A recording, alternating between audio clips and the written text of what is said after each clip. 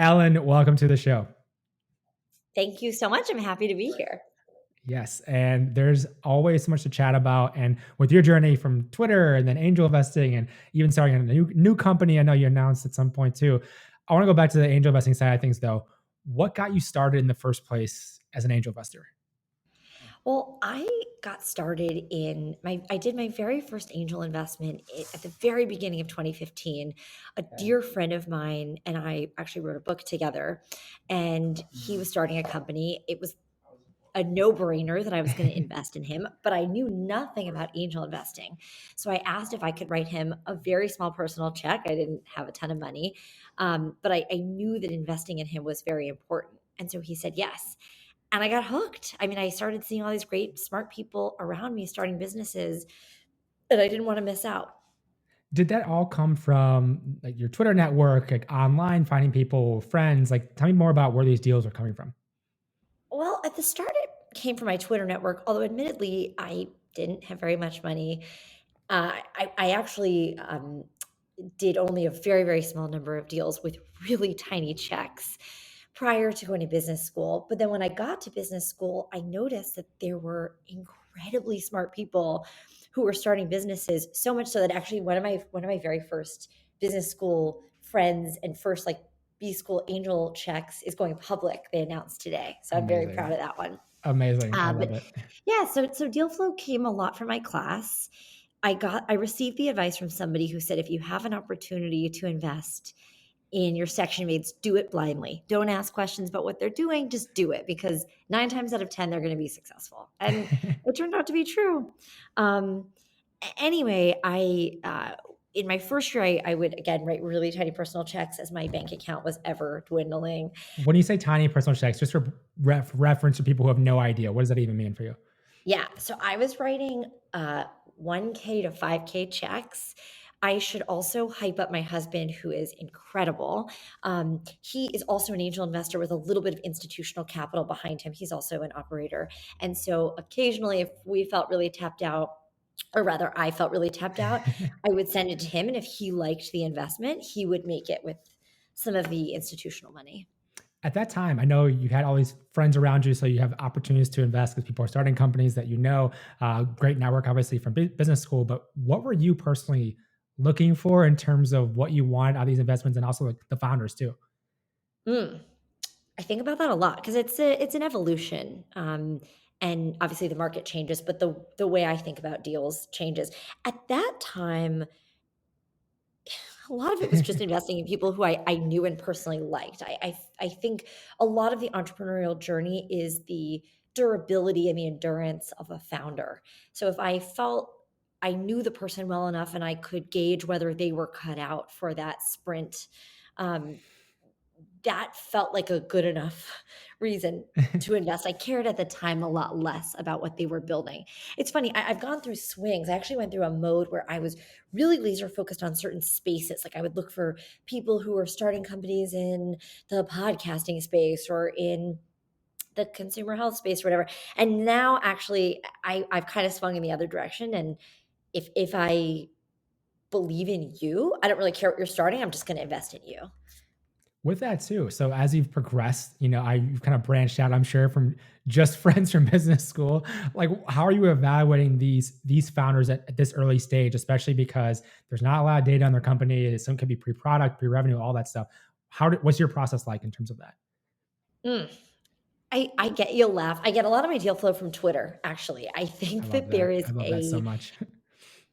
there's a magic to the luster, and maybe there's a little fallacy in there too. There's a bit of like figuring out the signal and the noise, but um there can be a luster around people who are so magnetic that they ooze what they're working on. You can see that come through if they're tweeting about it. So more often than not, I'll cold reach out to founders. I've actually now 3 times invested in companies where I blindly reached out to the founder. I'll give one example because I'm sure you Yes. want some specifics. I had been following this brilliant woman, Allison Allen, who was at Uber for probably like, I don't know, 8 years or something on Twitter, because I do a lot of, as you can tell, I'm passionate about investing. I do not only seed investing, but I do some public market investing just for myself. And she would tweet a lot about public market investing. I saw that she was leaving where she was working. And even though we didn't know each other, I sent her a DM on Twitter and I said, I really like you from afar. I'd love to learn what you're building. And she agreed to get coffee with me. So we met within, I very seldom do this, but within 10 minutes of meeting her, I said, I want to invest. I don't know a ton about fintech, but I know that I can be helpful to you in other ways. And we had walked through how my background could help her. We stayed in touch, and I ended up investing in Fast, which I'm a very, very proud investor of their business. That's amazing. And there are so many opportunities that come through Twitter and like taking the initiative. There is the inbound we see at Vitalize, for instance, and then also if there are people we see that are just seem amazing, like yeah, you reach out to them, you start kind of connecting with them, like what are you doing? What are you building? Like how are you going about this? And you're intrigued by it, which is why I love Twitter so much and like have grown to love Twitter in the last like year plus when I actually started using it. So much deal flow happens through Twitter, which is insane. Yeah, totally. I also Twitter is a platform that democratizes access to a lot of things, but part of my work in angel investing has been around both trying to put my money where my mouth is, as in investing in underrepresented minorities and women. But also, part of what I love about Twitter is it makes it really accessible to invest in people. Like there are companies I had no business getting into that I've been able to get into just because I shot my shot. Okay, wait. Give us an example of that. Any company you can talk about that you got into. Yeah, I If you mean can't, no big deal. Clubhouse. Like I definitely I'm not a very high profile angel investor. I would not ever tout myself as a super angel by any means, but I started using their product. I was enthusiastic about it in the early days. And again, I reached out and I just said, hey, if you're taking any angel money, I would love to write you a check. And again, there are some of these more high profile deals that I think if you really get into the weeds and start using their product, and you can find a way to get in touch with these founders, whether it's through Twitter, which is my platform of choice, or other platforms, there is no shame in asking. A lot of times, and my life motto is you don't get what you don't ask for. A lot Right. of times it's just about asking the question. Okay, going back to Clubhouse though, how did you hear about them even? How did you find the product in the first place? On Twitter. They were actually called something else, and I'm now blanking on the name, but people in the Twitter alumni ecosystem were tweeting about this app. So I asked a friend of mine who seemingly had access how I could try it. She sent me a test flight link. I started using it and I loved it. I was hooked. I mean, I really like social media. I love connecting with people. It seemed like in April of 2020, the pandemic was never going to end. So it seemed like a great place to get social connection. And I became a very avid user. And quite frankly, when I think about the kinds of companies I invest in, there's a bit of a matrix of, okay, do I love the founder? Sure. And then would I want to use this product with any frequency? A lot of my investments are product driven in that way. As a non-product person, just like, do I love using it? Am I passionate about it? Is it a delightful experience? Yes. Then I want to invest. What was that like, the roller coaster of them getting so much more investment throughout the pandemic? What, as your perspective, because you invested super early, like what are you thinking as you're seeing that? Like, oh my gosh, did they waste how much from injuries and like take me through that. Just want to hear your thoughts on that. Admittedly, I am again a small investor, and I'm not necessarily privy to the inner workings of the roller coaster. But Sure. it's gratifying to see external validation in a product that you believe so strongly in that you put money behind it. So with Clubhouse, with any of the companies that I have invested in that have gone on to raise larger and ever larger rounds, it's just validating. I mean, you see something, you see a spark of something, to watch it evolve and become a product or service that is enticing to people, that people at arm's length all over the world want to use. That's very validating. The money is one form of validation, but also seeing the usage stats go up, seeing that Clubhouse has rooms in other languages in other countries. Now that seems old hat, but when I first invested, that was not even a glimmer. So there are many kinds of validation, and fundraising is one of them. When you're investing and you mentioned kind of the products that you love, you're using, you're thinking about that as you're kind of thinking about investing potentially. How much do you think about, okay, I like the product, but like, will other people like people like me? Is it going to have a broader audience? Like, how do you think through that side of things too? It kind of depends on the TAM. Most of my investing is consumer investing. I very seldom do enterprise. I've done enterprise where it fits into my space. So I did an amazing investment in a company called Source Health that does electronic medical records platform for direct to consumer health companies. So, it's adjacent to the space I know. But by and large, I do mostly consumer investing, and how translatable it is across cultures, different kinds of communities. That stuff is all there's a line of sight to that even in the early days. So if the TAM is big enough, then products can morph and meld to accommodate great products, I should say, can morph and meld to accommodate lots of different kinds of users. At this point with angel investing, so I want to talk about Twitter a little bit more because I think it's fascinating. But with this, I'm just thinking of for you, like, what does it look like in terms of how many investments you're trying to make a year? Do you have a number, or like, do you think about that side of things? How's that evolved over time for you? Numbers are dictated usually by how much money somebody has to invest. So I am very grateful I get to invest on behalf of a really remarkable fund, and most of my investments now are backed by an institution. So I'm just like deeply grateful that they have entrusted me with that level of responsibility. That being said, I don't necessarily target a number. I would say number is actually more determined by my own bandwidth, and not wanting to Yeah. overreach, with the fund, but by my own bandwidth, because I until recently was the head of business development at Hims and Hers.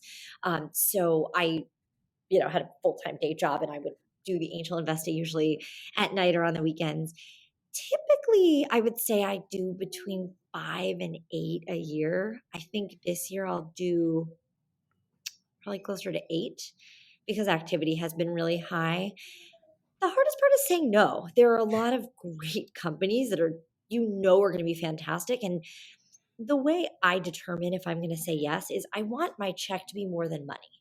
Money is extremely helpful. I do not want to discount how incredible it is to be able to write a 25K check for the founder. But I also want to be able to provide access. And so I've cultivated leadership groups in business development in various industries. I've spent a lot of time now in direct consumer health and in consumer internet at Twitter, and I've got these pockets of communities that I know I can introduce founders to. But my leverage as an individual can only go so far, both from a clout perspective as well as from a time and bandwidth perspective. So I try to limit my investments to between 5 and 8 per year because I don't really have bandwidth to help that many founders at any given time. Yeah, that's actually something I talked to Stella Garber, who used to be the head of marketing at Trello, about. And she said it was so challenging. She's like, busy job, executive at this company, but then also angel investing, and like how to balance that was really hard. I don't know, like, how did you allocate time while you were at Hims and Hers? Like, how did you allocate time like for angel investing? I'm just curious on how you balance the two. It's hard, and I have 2 young kids, so Yeah. time is a time is a big scarcity. I spent it's interesting. I spent really a lot of like off hours time meeting people, and inevitably between business school networks and other founders I've invested in, now I have a little bit of a repertoire. My incredible husband who passes off consumer deals to me, and then investors who like to show me deals. I get a lot more deal flow than I can possibly handle. So I have a good system of I'll make a I have a little bit of a matrix. I'll make a spreadsheet, and I'll say, does this fit the bill of, can my network help this person, or can my experience help this individual? Is the TAM big enough? Is the founder a high caliber founder? Then I'll winnow it down, and then I'll take the meeting. It's maybe not quite as cut and dry as I've just explained. There's a lot of soft finesse to that too. But Of course. I'll think about it. I'll think about it just from do I even have enough time to meet this person? And if I do, then I'll try to take meetings with them. As I said, in the evenings, Zoom has really helped because it's not like I have to go meet someone Travel time. downtown or travel to go to them. So Zoom has made it a lot easier to take a lot more of these meetings, and that's been very helpful. And then I've also just made a commitment to try to be a little faster about making the decision. So I try to do it after one meeting. Often it takes 2 to 3 meetings for me. I'm not necessarily a shoot from the hip kind of person, so I try to be a little more measured um, in how I invest. But as a result, I've definitely missed some things that I regret. Like there's a classmate of mine from HBS who started an incredible media business. I didn't entirely have conviction / I didn't entirely have the bandwidth. And so I just decided to pass. And I regret it because she's a founder I would love to support. And I now try to support her in other ways in her journey. But bandwidth is a real thing if you're not a full-time investor and you're doing this from an angel perspective. And I'll tell you just from talking to Gail a lot too at Vitalize, it's a problem even if you are a full-time investor because there's always so many deals coming in. Like we have hundreds of companies that are coming to us, pitching us, from co-investors, whatever, every month. Like, hundreds. And it's like, we just hired some deal associate people to help manage some of that, take some of those first calls, but it's a lot, even if you are full-time on it, because then there's just more that come to you. So it's crazy. It's crazy either way. And like one thing I want to talk about though, you mentioned kind of your value add a little bit as an angel investor. Tell me more about like getting into deals. You pitched like Clubhouse and got in so early with them. Like how do you portray that as you're trying to get into these deals? Like, do you say like, this is how I can help in XYZ way. These are the ways. And I'm just trying to think of other, aspiring investors, people who are just getting started investing, and even people who are been investing but want to get into better deals. Like, how has that gone for you? How do you go about that too, Ellen? I have definitely taken time to refine my pitch. It was a little messier in the early days, but figuring out what your value is to these founders is extremely helpful. And now that I'm going through the founder journey myself, I realize that I have a very specific need for what I want, and I'm going to pick investors who can help me plug those gaps. So a great example is I invested in this remarkable founder, a guy named JD Moresco, who founded a company called Batch. And Batch does QR. I'm oversimplifying it. They have a very, very big vision, and I'm super excited about what they're doing. But in a nutshell, right now they have QR codes that make it very seamless to do one-click checkout off of physical products. So the offline to online conversion in CPG is a big problem, and they have tons of amazing tech that they've built around this experience. JD was so oversubscribed in his round that it was maybe almost laughable that somebody like me could get in. But because I spent a lot of time in the direct-to-consumer ecosystem and the direct-to-consumer health ecosystem, I run a strategic partnerships, what I call the BD roundtable, for heads of business development at these other companies. And as a result, I've got access to these other D2C companies, and I can make introductions for them, which is exactly what they needed in the early days.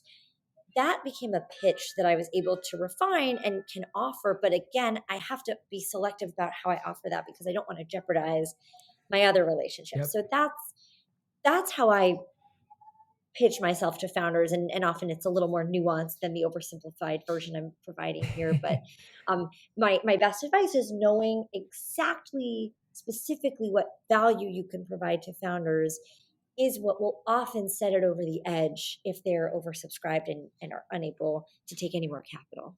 Yeah, no, I'm glad you brought that up because it is something to think about as an angel, how you get access, because seeing deals is one thing, getting into deals is another thing. And even for us, like we're thinking about with Vitalize Angels, like what's that pitch for us to founders to work with us? Because it's a little more red tape going through allowing non-accredited and accredited through basically going through WeFunder, and having a diversified angel group that can make connections and then provide diversity on your cap table is really helpful. And so that's something we bring to the table as well. And we're always trying to think about that too, in terms of like, how do you portray that? How do you show the value of that? And also people who are starting angel investing, a lot of people are operators for a long time, like interested in angel investing, have these networks. They've never dove in yet, but now they're thinking about it. It's like, okay, well, you obviously have a lot of experience as an operator. You can bring that in some capacity, invest in those deals to have a value add there. But to your point, like, yeah, if you're organizing all these things with BDs and all different companies, then you have that network is really valuable for founders to have as well. I love what you just said, because it reminds me that a $500 check with a massive value unlock is actually a lot more appealing as a founder than a 25K check that's just a 25K check and nothing more. Yeah. So as I like to encourage people, especially because I want to see financial equality across the board, knowing what your worth is and being able to add a small amount of money is a great way to get started with angel investing. And you don't need to have tons of money to do it. Yeah, I know actually Elizabeth Yin and House of Fun also mentioned this recently about the $1,000 checks. Like it's such a huge unlock. I mean, our minimum for Vitalize Angels is $1,000 for the checks for each person, and we have tons of them coming in of $1,000 checks that you add up in aggregate. We get a decent amount into founders, but it's a way to learn, build a portfolio. Also, you have real skin in the game if you're actually investing in these companies. Then it's like, oh yeah, I did put $1,000. Like I'm not accredited myself, and so I've invested in like 3 or 4 of the deals, and so it's like, oh, I do have those $1,000 checks in all these companies. Like you're trying to think of how to help them, how to add value in some capacity too, and building that portfolio and that muscle of investing and building conviction around investing in these companies, which I think is really useful. And one of the things I wanted to ask about too, just with your book you wrote, how did writing a book impact you, your thinking, your professional network? I just want to know more about that. I wrote it in 2014 with my friend Alex Taub, who has just been the most incredible supporter and sponsor of my career. And I hope to do half as much for him as he did to me, or really pay it forward, which I think is the model we're supposed to embody and embrace.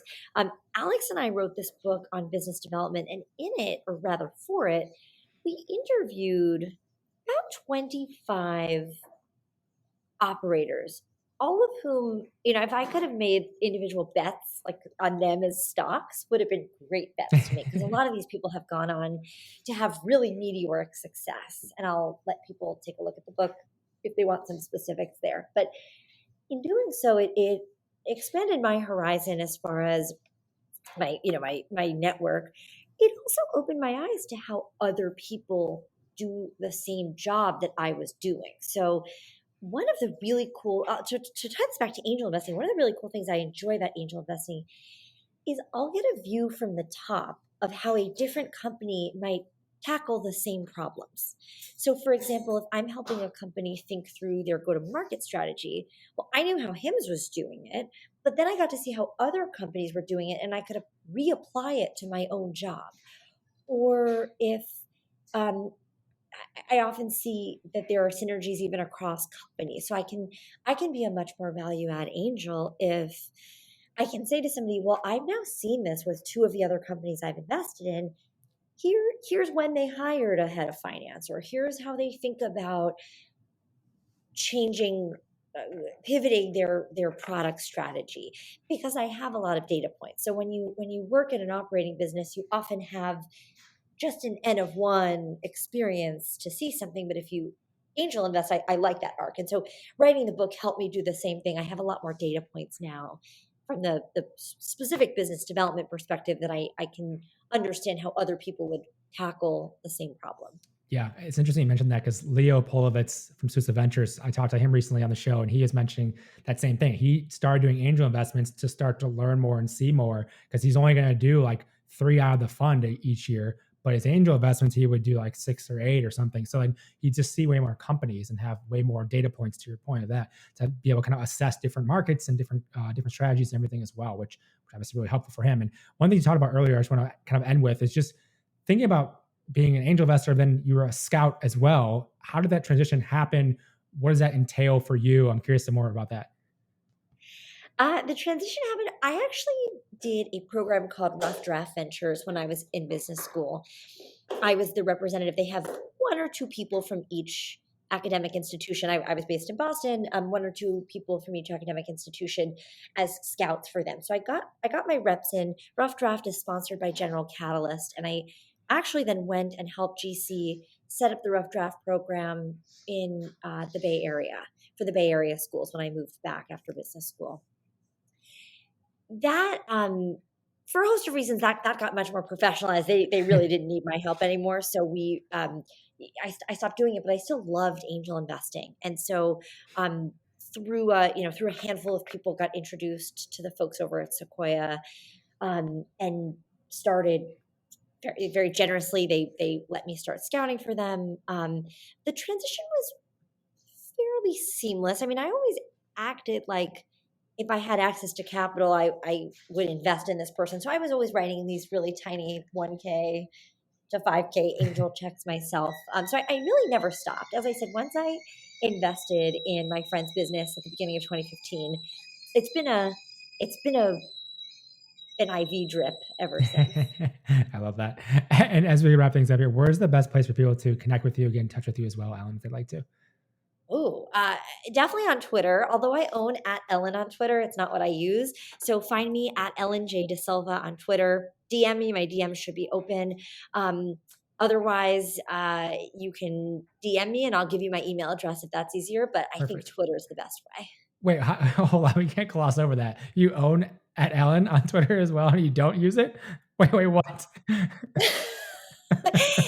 Okay, so I own it. I got it in the early days. I got it, 1,000 years ago. It was really spammy because everyone thinks it's Ellen DeGeneres. Uh-huh. So in the early days, the Twitter product could not really sift the noise from the signal or whatever, Yeah. and it was virtually unusable. So I thought I'll just keep it and I'll get at Ellen J DaSilva because every other one of my digital profiles is Ellen J DaSilva. So I started using it, and now they have much better filters for these sorts of things. I could use it, but I gather that the transfer process, I used to do it back in the day at Twitter, but it's changed. And I Yeah. think it's a little cumbersome. So I just let it hang out there in the ether and send random tweets every so often. That is amazing. I have two friends of mine who are two entrepreneurs, and they also are sitting on a interesting Twitter handle. Like they know it could be something, but they just haven't done anything with it yet. I'm like, what are you doing? Like, you try it. I mean, I don't know. Justin, and another, I can dedicate a whole podcast to the Twitter handles I have. Oh God. I love that. Also, just one before we end here, shout out to Rachel Sanders at Routine for like suggesting that we should chat. So I just want to give her a shout out.